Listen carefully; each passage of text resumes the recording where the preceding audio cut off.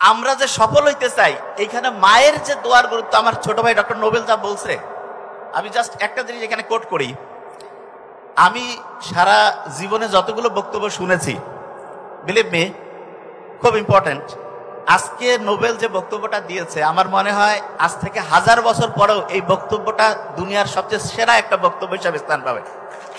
নাতা ওয়া ফায়ান্নাক, অর্থাৎ আমরা আপনার মৃত্যু ঘটাই। এই শব্দটার অর্থ হচ্ছে আমরা আপনার মৃত্যু ঘটাই। তো আল্লাহ তাআলা রাসূলুল্লাহ সাল্লাল্লাহু আলাইহি ওয়াসাল্লামকে উদ্দেশ্য করে যখন এই শব্দটা পবিত্র কোরআনে এনেছেন, 3টা জায়গায় এনেছেন। 3 জায়গায় মানে রাসূলুল্লাহ সাল্লাল্লাহু আলাইহি ওয়াসাল্লামের মৃত্যুর কথা বলছেন আল্লাহ তাআলা। জায়গাটা 3টা খুবই ইন্টারেস্টিং। 40 নম্বর সূরা 77 নম্বর আয়াত। 40 নম্বর সূরা হচ্ছে সূরা মুমিন। 13 নম্বর সূরা সূরা রাত 13 নম্বর সূরা 40 নম্বর আয়াতে এই শব্দটা এসেছে। 10 নম্বর সূরা সূরা ইউনুস এর 46 নম্বর আয়াতে এসেছে। আপনি পজিশনগুলো একটু চিন্তা করেন। এই পজিশনগুলো যদি নিয়ে একটু আমরা অ্যানালাইসিস করি, রাসূলুল্লাহ সাল্লাল্লাহু আলাইহি ওয়াসাল্লামের পুরো জিন্দেগি, ওনার যে লাইফ সাইকেল, এটা আশ্চর্যজনকভাবে এখানে লিপিবদ্ধ রয়েছে। 40টা কি? হযরত মুহাম্মদ সাল্লাল্লাহু আলাইহি ওয়াসাল্লামের নবুয়তের পূর্বে যে 40 বছর, সে 40 বছর। 13 নবুয়তের পরের মক্কার 13 বছর, এবং 10 নবুয়তের পরের মদিনার 10 বছর, এবং 3টার সামেশন হয় কত? 63। রাসূলুল্লাহ সাল্লাল্লাহু আলাইহি ওয়াসাল্লাম বেঁচে ছিল 63 বছর, এবং আল্লাহ তাআলা এই শব্দটা শুধু 3টা জায়গায় এনেছেন। আপনি চিন্তা করেন, সেটিংগুলো শুধু চিন্তা করবেন আর অবাক হবেন।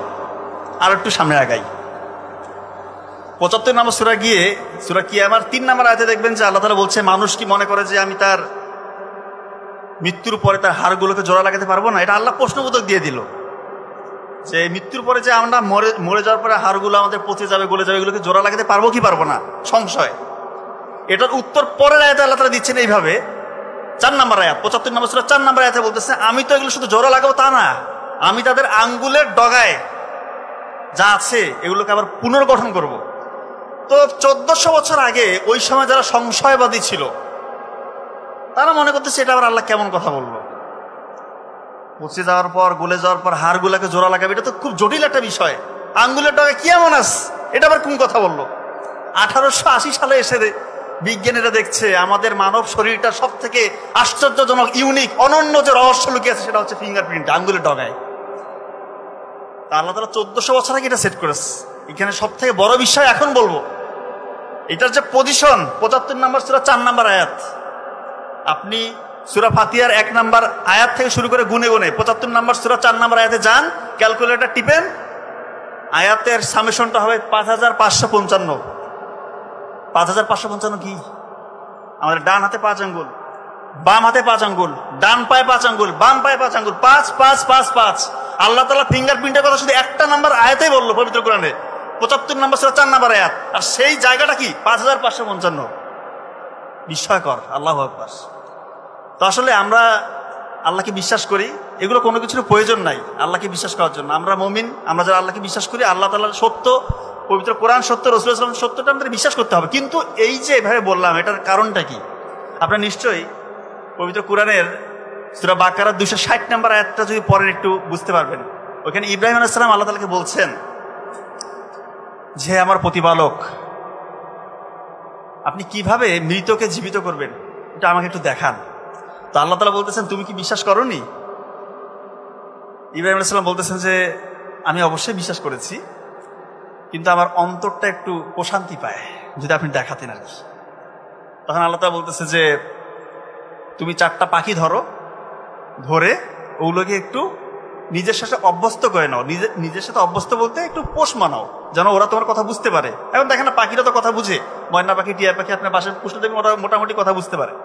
তো এরকম একটা ব্যাপার। তো 4টা পাখিকে পোষ মানার পরে আল্লাহ তাআলা বলতেছে, এবার তুমি এই পাখিগুলোকে টুকরা টুকরা করে পাহাড়ের বিভিন্ন জায়গায় রেখে এসে ওদের নাম ধরে ডাকো, তারা তোমার দিকে ছুটে আসবে।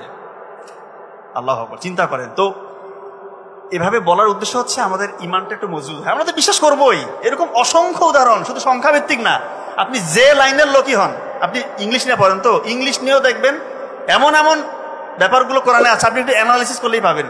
বাংলা নিয়ে যে পড়ে তারও সেও খুঁজে পাবে, যে বিজ্ঞান নিয়ে পড়ে সেও অবাক। আমরা মেডিকেল সায়েন্সের স্টুডেন্ট, এসব অসংখ্য নজির রয়েছে যেটা আমরা বিশ্ব অবাক হয়েছে। 1400 বছর আগে কিভাবে আল্লাহ তাআলা এগুলো ওইখানে সেট করেছে। আল্লাহ তাআলার কাছে এগুলো কিছুই না। তো আল্লাহ সত্য, পরকাল সত্য, তাই কিনা? পবিত্র কোরআন সত্য। যেহেতু পরকাল সত্য, তার মানে আমাদের হিসাব নিকাশ হবে এটাও সত্য। তার মানে জিন্দেগিটা আমাদেরকে এমন ভাবে পার করতে হবে যেন ইনশাআল্লাহ আমরা পরকালে সফল হতে পারি। তার মানে কি দুনিয়া লাগবে না নাকি? দুনিয়া লাগবে কি না? আচ্ছা, দুনিয়া যে লাগবে সেটা আল্লাহ তাআলাই আমাদেরকে শিখিয়ে দিচ্ছেন। রব্বানা আতিনা ফিদ দুনিয়া হাসানাত ওয়া ফিল আখিরাতি হাসানাত ওয়া কিনা আযাবান্নার। প্রথমেই বলতেছে যে দুনিয়াবি কল্যাণ দাও আমাদেরকে, আল্লাহ তাআলা আমাদেরকে শিখিয়ে দিচ্ছে দোয়া। তো দুনিয়ায় কিভাবে চললে পরে ইনশাআল্লাহ পরকালে আমরা নাজাতের ওসিলা হবে, জান্নাতের পথটা সুগম হবে এবং এটার বাই প্রোডাক্ট হিসাবে আমরা দুনিয়া সফল হয়ে যাব, এর কিছু উৎকৃষ্ট উদাহরণ পবিত্র কোরআনের লোকমান সূরায় আপনি পাবেন। লোকমান আলাইহিস সালাম ওনার সন্তানদেরকে উপদেশ বাণী দিয়েছেন কিছু, এগুলো আল্লাহ তাআলা একদম কোট করে পবিত্র কোরআনে নাজিল করেছেন। আমি খুব সংক্ষেপে বলছি, মোটা দাগে 7টা উপদেশ দিয়েছেন, আরো কিছু ছিল, আমি 7টার কথা বলছি। প্রথম কথা, নামাজ কায়েম করতে হবে। 2 নাম্বার, সৎ কাজ করতে হবে। 3 নাম্বার, অসৎ কাজে বাধা দিতে হবে বা নিরুৎসাহিত করতে হবে। 4 নাম্বার, বিপদে ধৈর্য ধরতে হবে। 5 নাম্বার, অহংকার বশত কাউকে অবজ্ঞা করা যাবে না। 6 নাম্বার, গর্ব অহংকার বশত দাপট নিয়ে মাটিতে পা ফেলা যাবে না। নাম্বার 7, অশালীন আচরণ করা যাবে না, চলাফেরায় শালীনতা বজায় রাখতে হবে। আচ্ছা, 1 নাম্বার হচ্ছে নামাজ কায়েমের কথা বলেছে, তাই তো? আমরা মুমিন বান্দা বান্দীদের জন্য 1 নাম্বার ফরজ ইবাদত হচ্ছে পৃথিবীতে নামাজ। নামাজ পড়তেই হবে আপনাকে, যে হালতে থাকেন আপনাকে নামাজ পড়তে হবে।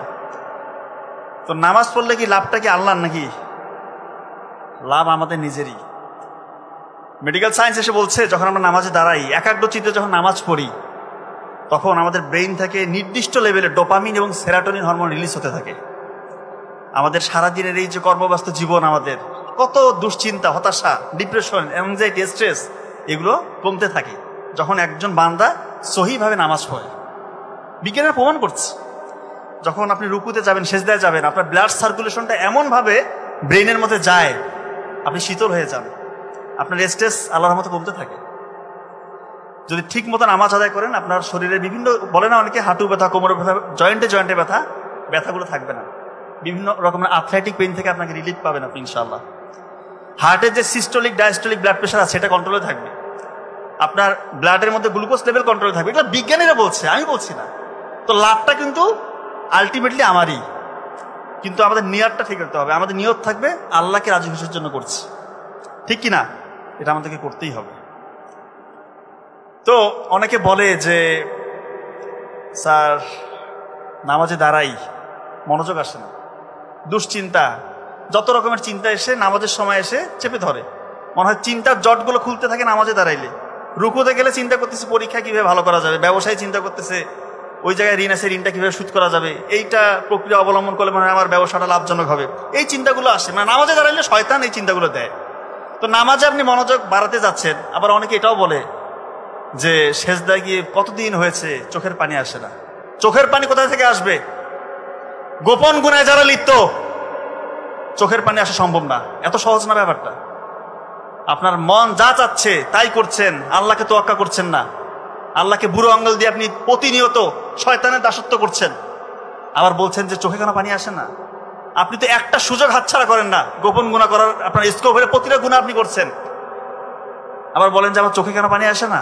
কার সাথে ফাঁকি ঝুঁকি? আল্লাহকে ফাঁকি দেওয়ার কোনো স্কোপ আছে? পাথরের মধ্যে যদি সরিষা দানা পরিমাণ করে কিছু লুকিয়ে থাকে, সেটাও আল্লাহ তাআলা উন্মোচন করবেন পরকালে, কিয়ামতের ময়দানে, হাসরের ময়দানে। তো তার সাথে ফাঁকি ঝুঁকি চলে না। মনটাকে আগে পবিত্র করেন, সৎ করেন, গোপন গুনাহ ছেড়ে দেন। যত সুযোগ আসুক গোপন গুনাহ করবেন, নামাজে মনোযোগ আসবে না। নামাজ থেকে যে বেনিফিট ইহকালেও পাবেন না, পরকালেও পাবেন না। নামাজ আমরা কেন পড়ছি? বেসিক্যালি এটা দেখেন তো, আমরা আমাদের বাপ দাদারা নামাজ পড়ছিল মুসলিম ধর্মে, আমাদের এই ধর্মে গ্রহণ করছি আমরা ইসলাম, আমাদের যে পরিবার মুসলিম ছিল বলেই আমরা আজকে মুসলিম। আপনি চিন্তা করেন, আপনি কতটুকু চিন্তা করেছেন আল্লাহ নিয়ে, রসুল নিয়ে, পবিত্র কোরআন নিয়ে, কতটুকু আমরা চিন্তা করি? যদি সত্যি আমাদের আল্লাহর ভীতিটা থাকতো, তাহলে কি আমরা গোপন গুনাহ করতাম? আজকে যুব সমাজগুলো ধ্বংস হয়ে যাচ্ছে। দয়া করে গোপন গুনাহ ছেড়ে দেন, নাহলে এমন ভয়াবহ অবস্থা বিরাজ করবে, মানে জাস্ট হেল, দুনিয়াও শেষ, আখিরাতও শেষ। আল্লাহকে যদি হারান, এর থেকে বড় লস আর আমাদের জন্য কোনো কিছু হতে পারে? সব থেকে বিগেস্ট লস। আল্লাহর সাথে আমার সম্পর্ক নাই, তাহলে কার সাথে আমার সম্পর্ক? আমাদেরকে বলে যে কতদিন হয়েছে গোপন পাবে লিপ্ত, ছাড়তে পারছি না, অসহায়, ব্রেন কাজ করে না, চুল পড়ে যাচ্ছে, চেহারায় উজ্জ্বলতা নাই, নুরানি ভাবটা নাই, নামাজে গেলে মনোযোগ নাই, আর্থিক অসচ্ছলতা, চাকরি করলে চাকরিতে মনোযোগ নেই, লেখাপড়া করছি কোনো কিছু মনে থাকে না, কালকে এসে পড়লাম আজকে পরীক্ষা পড়া ভুলে যাচ্ছি, পরিবারগুলো টিকছে না, সার্বিকভাবে loss loss loss, huge loss, সাময়িক এই মনের খ্যাস মেটানোর জন্য। দয়া করে এগুলো ছেড়ে দেন, গোপন ইবাদত করেন, আল্লাহ তাআলা রাজি খুশি হয়ে যাবে ইনশাআল্লাহ। কথা কি বুঝতে পারছেন আমার? গোপন ইবাদতের খুবই প্রয়োজন আছে। আল্লাহকে যদি চান গোপন ইবাদত করতে হবে। তো অনেকে বলে যে কিভাবে গোপন গুনাহটা ছাড়বো? চোখের হেফাজত করতে হবে। 1 নাম্বার, চোখ দিয়ে খারাপ কিছু দেখা যাবে না, অন্তর দিয়ে খারাপ কোনো কিছু কল্পনা করা যাবে না। তো অনেকে বলে এরকম যে একবার তো দেখার হুকুমাত দেওয়াই আছে, দ্বিতীয়বার না দেখলেই তো হলো। তো একবার এমন ভাবে দেখে অপলক দৃষ্টিতে, দৃষ্টি আর নামে না, এইভাবে দেখতে বলছে। আল্লাহর সাথে ফাজলামি চলবে না। ভুলে যদি একবার কোনো ভাবে যদি আমি যেটা আমার অপোজিট সেক্সের প্রতি যদি চোখ পড়ে যায়, চোখটা নামাতে হবে। কথা কি বোঝা যাচ্ছে? ক্লিয়ার? দৃষ্টি অবনমন করতে হবে, এটা খুব জরুরি। আল্লাহর সাথে ফাজলামি চলে না। এটা আপনার মন অন্তরে কি চলছে আপনার থেকে বেশি ভালো যে জানেন, তিনি আমার আল্লাহ। কথাটা কি বুঝতে পারছেন? খুবই জরুরি ব্যাপার। তো নামাজ পড়লে পড়ার মতো পড়তে হবে, তাহলেই আমি এখান থেকে বেনিফিট পারবো। 2 নাম্বার যে উপদেশ দিয়েছেন, সৎ কাজ করো, সৎ কাজ। তো রাসূলুল্লাহ সাল্লাল্লাহু আলাইহি ওয়াসাল্লাম সাহাবীদেরকে নিয়ে বসে আছেন, উনি বলতেছেন যে তোমাদের সামনে এখন একজন জান্নাতি ব্যক্তি প্রবেশ করে। আমার যেগুলো কথা বলবো বেশিরভাগই আপনাদের জানা, কিন্তু জাস্ট রিক্যাপিচুলেট করা, এই অন্য কিছু না। তো একজন আসবে তোমাদের সামনে, সাহাবীদেরকে বলতেছেন নবী সাল্লাল্লাহু আলাইহি ওয়াসাল্লাম জান্নাতি ব্যক্তি আসবে। সবার তো মাথা নষ্ট, কে জান্নাতি ব্যক্তি দেখতে হবে। দেখতেছে এক আনসারী সাহাবী দরজা দিয়ে প্রবেশ করলো, ভালো কথা।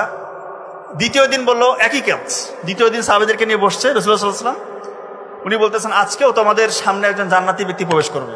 সবাই তো আরো উৎফুল্ল যে আজকে নতুন কাউকে দেখবো। দেখতেছে গতকালকে যার কথা বলেছিল আজকে ওনার কথা। তৃতীয় দিন একই ঘটনা, ওই একই ব্যক্তি। সবাই বলতেছে কি এমন আমল আছে? রাসূলুল্লাহ সাল্লাল্লাহু আলাইহি ওয়াসাল্লাম বলতেছে জান্নাতি, দেখতে হবে আমাদেরকে।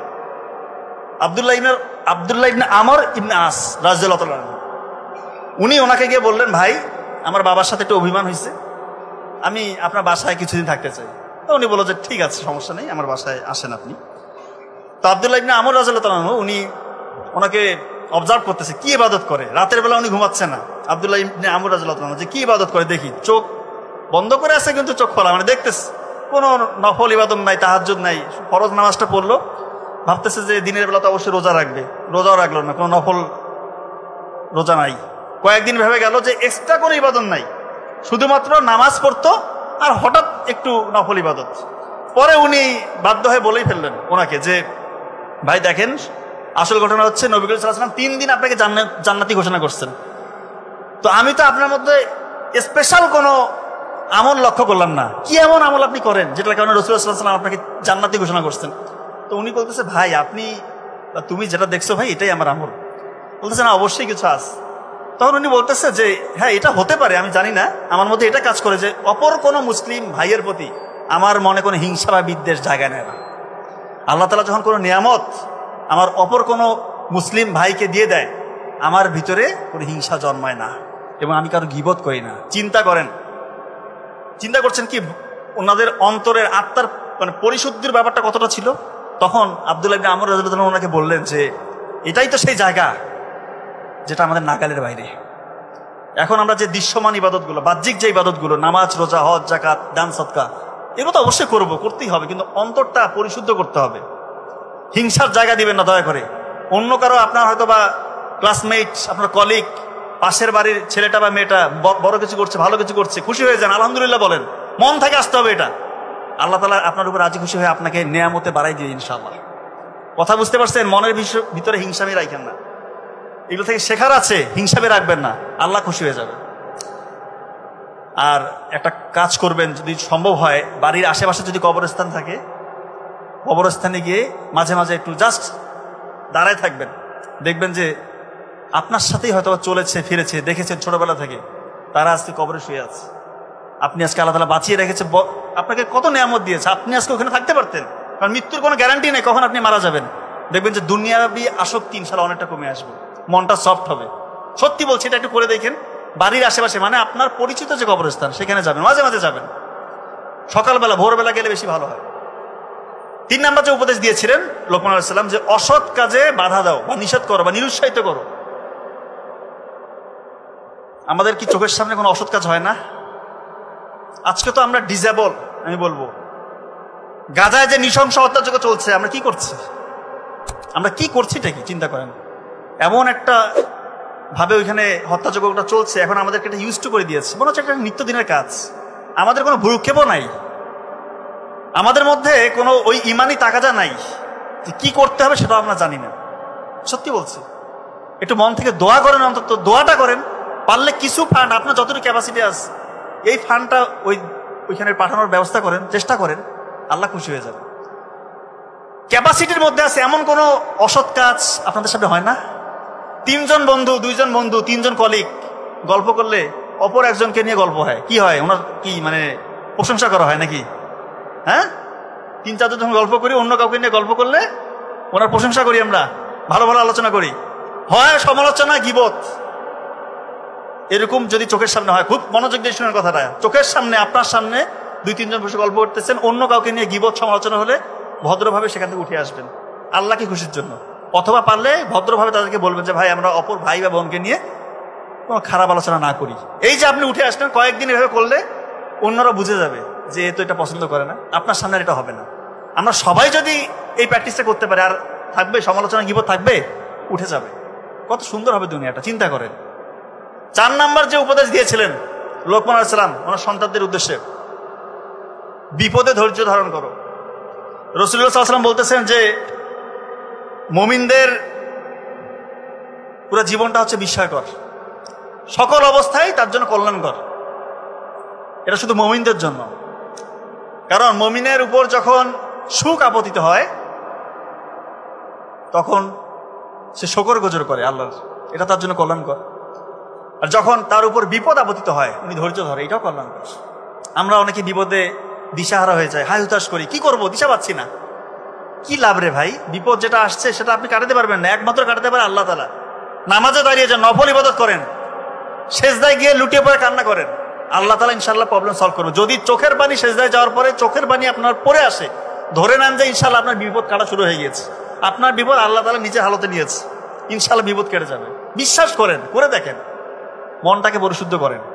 বিশ্বাসটা রাখতে হবে, তো ওই বিশ্বাস না নিতে হবে না। বিপদে আমরা ধৈর্য ধরবো, আল্লাহ খুশি হয়ে যাবে। শুধু সমস্যার সমাধান করবে না, বহু গুণে বাড়িয়ে দিবে ইনশাআল্লাহ। 5 নাম্বার যে কথা বলেছিলেন লোকমান আলাইহিস সালাম ওনার সন্তানদের জন্য, অহংকার বশত কাউকে অবজ্ঞা করা যাবে না।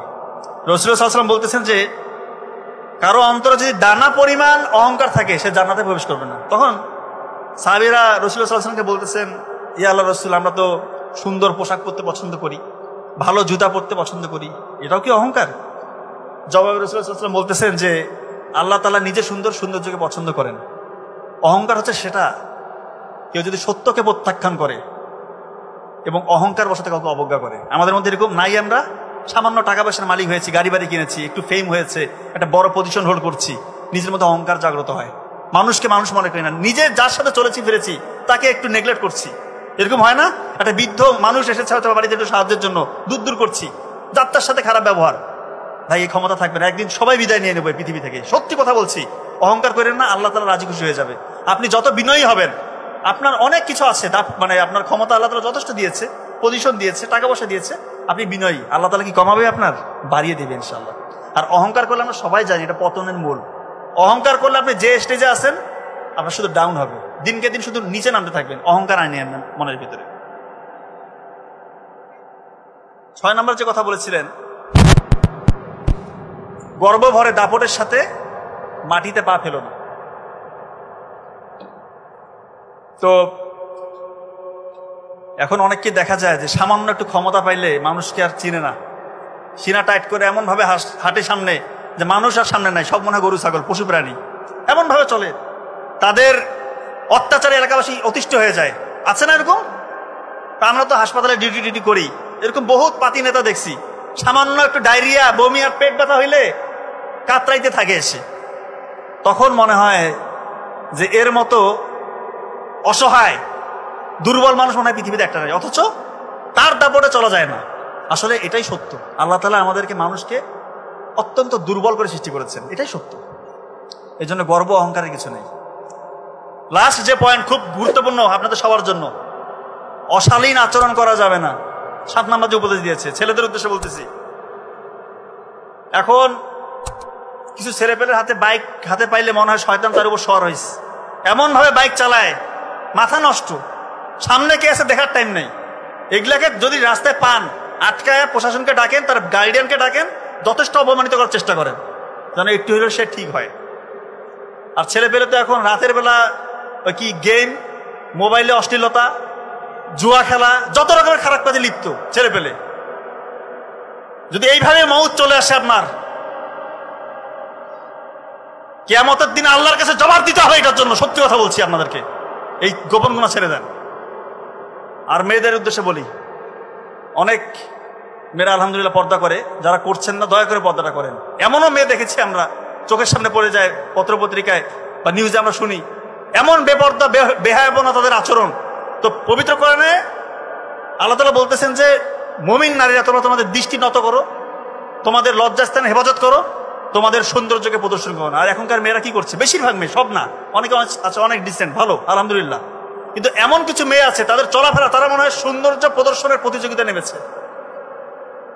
তাদের কারণে যুবক সমাজের অধপতনের একটা মূল কারণ তারাও। সত্যি বলছি, আপনারা নিজেরা নিজেদেরকে হেফাজত করেন। আর এই ধরনের মেয়ে যারা একদম বেপরোয়া, যাদের চলাফেরার মধ্যে বিন্দু মাত্র শালীনতা নাই, আমার তো মনে হয় এদের বাড়িতে কোনো পুরুষ মানুষ নেই। যারা আছে তারা কাপুরুষ, নাহলে এইভাবে কেন চলবে?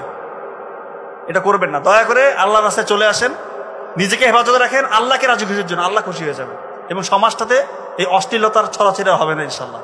শালীনতা বজায় রেখে চলেন, এটা আপনার জন্য ভালো, যুবকদের জন্য ভালো, সমাজের জন্য ভালো। আল্লাহ খুশি হয়ে যাবে। কথা কি আমার বোঝা গিয়েছে? তো এগুলো হচ্ছে লোকমান আলাইহিস সালাম ওনার সন্তানদের জন্য বলেছিলেন। আল্লাহ তাআলা কিছু কথা আবার আমাদের জন্য ডিরেক্টলি এখানে কোট করছে সূরা লোকমানে। বলতেছে তোমরা শিরক করো না। শিরক আমরা অনেকে মনে করি যে আল্লাহর সাথে কাউকে শরীক করছি, ঠিক আছে, অনেকে বুঝতে পারি না। তো শিরকটা কি রকমের সূক্ষ্ম হইতে পারে, এটা একটা হাদিসে এসেছে যে কালো পিঁপড়ার পদধ্বনি এর থেকেও সূক্ষ্ম হচ্ছে শিরক। কালো পিঁপড়া যখন চলে, আপনি কি এর শব্দ শুনতে পান নাকি? বুঝার স্কোপ আছে? কোনো স্কোপই নেই। তো শিরকটা আমাদের জীবনের সাথে এইভাবে চলে, বুঝার কোনো স্কোপ নাই। রাসূলুল্লাহ সাল্লাল্লাহু আলাইহি ওয়াসাল্লাম সাহাবীদেরকে বলতেছে, আমি সব থেকে যে বিষয়টা নিয়ে তোমাদের জন্য ভয় পাই সেটি হচ্ছে ছোট শিরক বা রিয়া। সাহাবীরা বলতেছে সেটা কি? বলতেছে মানুষ দেখানো আমল। আমরা অনেকেই দেখবেন যে সোমবারে বৃহস্পতিবারে রোজা রাখে, ভালো আলহামদুলিল্লাহ, মানুষকে বলে বেড়ায় আজকে আমি রোজা আছি। তার উদ্দেশ্য হচ্ছে মানুষকে জানানো। তাহাজ্জুদের নামাজ পড়ছে, মানুষকে জানাচ্ছে। মসজিদে গিয়ে নামাজ পড়তেছে, যখন ফরজ নামাজ শেষ হয় সুন্নত পড়ে, নফল পড়ে, ভালো কথা, ভালো পড়েন, কিন্তু দেখতেছে পাশের কেউ আমাকে অবজার্ভ করতেছে, নামাজটা একটু সহি করে পড়ার চেষ্টা করতেছে। এটা কি রে ভাই? আপনি আমল করবেন আল্লাহকে রাজি খুশির জন্য, অন্যকে যদি করার জন্য করেন, এটা আপনার আমল তো হবে না, এটা আপনার গুনাহের ভাগীদার হবেন। আপনি কাকে দেখানোর জন্য করতেছেন? এটা তো শিরক হয়ে যাবে। চিন্তা করেন, এই কাজটা করবেন। অনেকে দান করে, আর ভাই দান করতেছেন তো নিজের একটা কিছু যাচ্ছে, তো চলে যাচ্ছে। আল্লাহকে খুশি করার জন্য না হইলে না, এটা আপনি রেওয়ার্ড পাবেন। আপনি মানুষকে দেখানোর জন্য করতেছেন, কোনো রেওয়ার্ড এখান থেকে পাবেন না। এই জন্য শিরক ছেড়ে দিতে হবে। এছাড়াও আল্লাহ তাআলা বলতেছে যে তোমরা কৃতজ্ঞতা প্রকাশ করো, এবং সূরা ইব্রাহিমে দেখবেন 14 নম্বর সূরা 7 নম্বর আয়াতে আল্লাহ তাআলা বলতেছে যদি তোমরা কৃতজ্ঞ হও আমি নিশ্চয়ই তোমাদেরকে বাড়িয়ে দিব। তো এই কথার মিনিং আমরা অনেকে বুঝি না। এখন বিজ্ঞানীরা বলতেছে কেউ যদি কৃতজ্ঞতা প্রকাশ করে, তার ব্রেন থেকে ডোপামিন এবং সেরাটোনিন হরমোন রিলিজ হতে থাকে, তার অক্সিডেটিভ স্ট্রেস, ডিপ্রেশন, অ্যাংজাইটি, হতাশা সবগুলো কমতে থাকে ইনশাআল্লাহ। কথা কি বুঝতেছেন? কৃতজ্ঞতা প্রকাশ করবেন, আপনার ব্লাড প্রেশার নিয়ন্ত্রণ থাকবে, আপনার ব্লাডটা পরিশুদ্ধ হবে, আপনার মেমোরি যে কনসেন্ট্রেশন, ফোকাসিং পাওয়ার, এটা বাড়বে। আপনি কৃতজ্ঞতা প্রকাশ করছেন। আপনি একটা সহজ জিনিস বুঝেন রাখুন, আপনি যদি একজনকে কৃতজ্ঞতা প্রকাশ বশত বললেন যে ধন্যবাদ ভাই, তার কি ভালো লাগবে না খারাপ লাগবে? সে কি আপনার উপর কি রাজি খুশি হবে কিনা? তো এটাই তো কৃতজ্ঞতা প্রকাশ করে আপনার বাড়িয়ে দিবে। এটা আল্লাহর ঘোষণা। আল্লাহর ঘোষণা কি ভুল হওয়ার কোনো স্কোপ আছে? কোনো স্কোপ নাই। রাতের বেলা আপনার স্টুডেন্ট যারা আছেন, ঘুমানোর আগে এশার নামাজের পর দেরি করবেন না, ঘুমানোর আগে 2 রাকাত নফল নামাজ পড়বেন, এবং রাতের যে আমলগুলো আছে সূরা মুলক, আয়াতুল কুরসি, সূরা বাকারার শেষ 2 আয়াত, 3 কুল, 33 বার সুবহানাল্লাহ, আলহামদুলিল্লাহ, 34 বার আল্লাহু আকবার, এগুলো পড়ে বিছানায় যাবেন। আল্লাহ তাআলা আপনাদের দেখবেন সুন্দর একটা ঘুম দিবে। ব্রেনের মধ্যে যত খারাপ জিনিসগুলো আপনি শিখেছেন, জেনেছেন, এগুলো ইনশাআল্লাহ ওয়াশ আউট হয়ে যাবে। আর ভালো ভালো জিনিসগুলো, ভালো ভালো তথ্যগুলো যেগুলো আপনি শিখেছেন, ওগুলো দীর্ঘস্থায়ী মেমোরি সেন্টারে রিজার্ভ হবে। কৃতজ্ঞতা প্রকাশ করে ঘুমাবেন। ভোরে উঠবেন, উঠেই আগে আলহামদুলিল্লাহ, উজুটা করে আগে আবার নফল নামাজ। ভোরে উঠলে কি হবে? আমার ভাই ডক্টর নাবিল যথেষ্ট ভালো বলেছে, এগুলো নিয়ে অনেক আলোচনা করেছে যে ভোরবেলা যদি উঠেন আপনার ব্রেইনের মধ্যে আলফা ওয়েভ তৈরি হয়। এগুলো তো আপনারা সবাই জানেন, এখন মুখস্থ হয়ে যাওয়ার কথা। আলফা ওয়েভ তৈরি হলে কি হবে, ওই সময় আপনি যা কিছু পড়বেন 2 ঘন্টার পরে অন্য সময় 10 ঘন্টার পড়ার থেকেও প্রোডাক্টিভ। এগুলো আলহামদুলিল্লাহ আমি আমার বড় ভাই ডক্টর নাবিলের বদলতে শুনেছি, শিখেছি। আশা করি আপনারা অনেক শুনেছেন। আজকে উনি আরো চমৎকার আলোচনা করবেন ইনশাল্লাহ। তার মানে ভরে উঠতে হবে, কৃতজ্ঞতা প্রকাশ করবেন আল্লাহর, আল্লাহ তাআলা বাড়িয়ে দিবে। আর একটা খাবারের কথা বলি আপনাদেরকে, ব্রেইন বুস্টার সবাই মনে রাখবেন, খুব জরুরি। রাতের বেলা 1 গ্লাস পানিতে 1 চামচ হলুদের গুঁড়ো, 1 চামচ মেথি আর 1 চামচ মধু, রাতেও মিশাতে পারেন। মধুটা চাইলে সকালবেলা মিশাতে পারেন। এই যে ভিজিয়ে রেখে সকালবেলা পান করলেন, মধুর মধ্যে রয়েছে গ্লুকোজ এবং ফ্রুক্টোজ, ইনস্ট্যান্ট আপনাকে ব্রেইনের মধ্যে এনার্জি দিবে। এবং এটা এমন একটা অ্যান্টিঅক্সিডেন্ট যার মধ্যে রয়েছে ফ্লাভোনয়েড এবং ফেনোলিক অ্যাসিড, যেটা কিনা আমাদের ব্রেইনটাকে সে প্রতিনিয়ত শক্তি জায়গায়, ব্রেইনের যে নার্ভগুলো আছে তার ইন্ডাকশন পাওয়ার বাড়ায়। কথা কি বুঝতে পারতেছেন? ব্রেইনের কর্মক্ষমতা বাড়বে। হলুদের গুঁড়ো এটা একটা অ্যান্টি ইনফ্লামেটরি এজেন্ট, এটা আমাদের ব্রেইনটাকে সুরক্ষা দেয়, নিউরনগুলোকে সাপোর্ট দেয়, নিউরনকে ধ্বংসের হাত থেকে রক্ষা করে। এবং BDNF brain drive neurotrophic factor, এইটা রয়েছে, এটা এক ধরনের প্রোটিন, এটা রয়েছে হলুদের গুঁড়োর মধ্যে। এইটা যখন বেশি বেশি তৈরি হবে আপনার শরীরের মধ্যে, তখন নতুন নতুন নিউরন তৈরি হবে, আপনার ব্রেইনের কর্মক্ষমতা অটোমেটিক বাড়বে ইনশাআল্লাহ। এবং মেথি এটা দীর্ঘ সময় ধরে ধীরে ধীরে যতটুকু আপনার প্রয়োজন ততটুকু করে গ্লুকোজ আপনার ব্রেইনে সাপ্লাই দিবে। তার মানে এইটা যদি একসাথে আপনি খান, আপনার ব্রেইনের ক্ষমতা অন্যদের থেকে বহুগুণে ইনশাআল্লাহ বেড়ে যাবে। প্রতিদিন সকালে এটা খাওয়ার চেষ্টা করবেন, রাতে ভিজিয়ে রেখে সকালে খাবেন। কথা ক্লিয়ার? আল্লাহ কৃতজ্ঞতা প্রকাশ। সর্বশেষ কথা বলে শেষ করব। আল্লাহ তাআলা সূরা লোকমানে বলেছেন, বাবা মার মর্যাদা কিরকম সেটা একটু শুনেন। যে শিরক তো সব থেকে বড় জুলুম।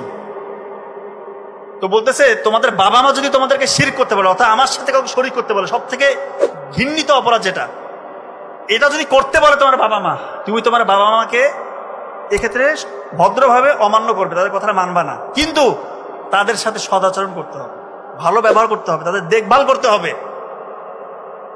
এবং তাদের মৃত্যুর আগ পর্যন্ত তাদেরকে ছেড়ে চলে যাওয়া যাবে না, তাদের দেখভালটা করতে হবে। চিন্তা করেন, আমাদের কোনো বাবা মাকে এরকম বলে যে আল্লাহর সাথে শিরক করার জন্য? এটা তো বলে না। তা আর কোনো কথা আছে? শিরক করতে বললেও তাদের সাথে উফ শব্দটা করা যাবে না, খারাপ ব্যবহার করা যাবে না। তা আমাদের বাবা মা তো আমাদেরকে জীবনের থেকে বেশি ভালোবাসে, সেই বাবা মার সাথে আমরা কি আচরণ করি? অনেকে করি না? এটা করবেন না। মা বাবার দোয়া নিবেন, দোয়া আসলে মন থেকে আসে, চাইতে হয় না। আপনার অ্যাক্টিভিটিসে বলে দিবে আপনার জন্য আপনার মা বাবা, দোয়াটা অটোমেটিক চলে আসবে। চোখের পানি ফেলে দোয়া করবে। মা বাবা যদি চোখের পানি ফেলে দোয়া করে, ওই সন্তানের জন্য আর কিছু লাগবে না। ইহকাল তো ইনশাল্লাহ কামিয়াব, আল্লাহ ছেড়ে পরকালে নাজাতের রসিলা। আমার মতো স্টুডেন্ট, আমার বড় ভাই বোন আলহামদুলিল্লাহ যথেষ্ট মেরিটোরিয়াস। ওরা যখন BCS ক্যাডার হয়ে গেল, আমার অবস্থা তো একটু নাজুক, মেধাশক্তি অত ভালো না। আমার মা শুধু দোয়া করে যে আল্লাহ, এই 2 সন্তান তো BCS ক্যাডার হয়ে গেছে, এ যদি না হয়, এর মনের ভিতরে কি হতাশা কাজ করবে।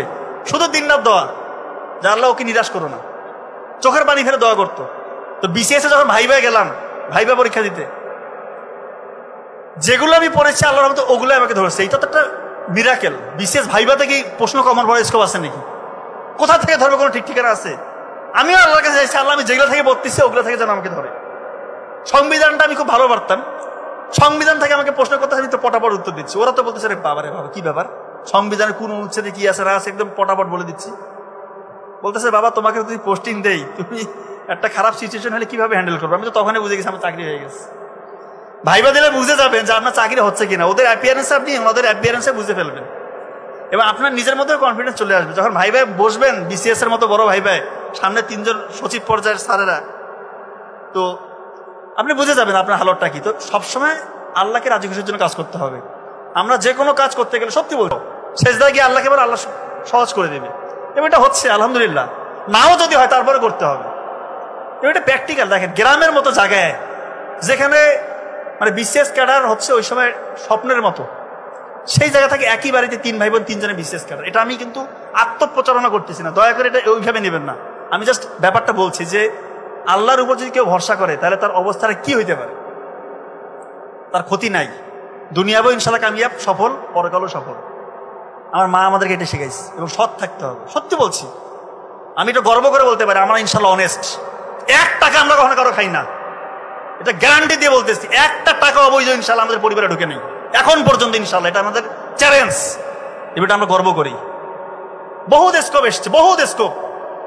ওগুলো আমরা দেখি না, ওগুলো আমাদের ওই লোভটা তো থাকতে হবে, ভিতর থেকে আসে না, ওই থেকে আসবে ওই লোভ। আমাদের মা বাবা ওইভাবে বড় করছে আমাদেরকে, আমাদের ভিতরে যে আল্লাহ তাআলা যেটা দিবে আমরা এটা দিয়ে খুশি। আল্লাহ তাআলা আলহামদুলিল্লাহ বাড়িয়ে দিচ্ছে। একসময় না খেয়েছিলাম, এখন আলহামদুলিল্লাহ যেটা রাখছে যথেষ্ট ভালো, আলহামদুলিল্লাহ। যে হালতে থাকি আলহামদুলিল্লাহ।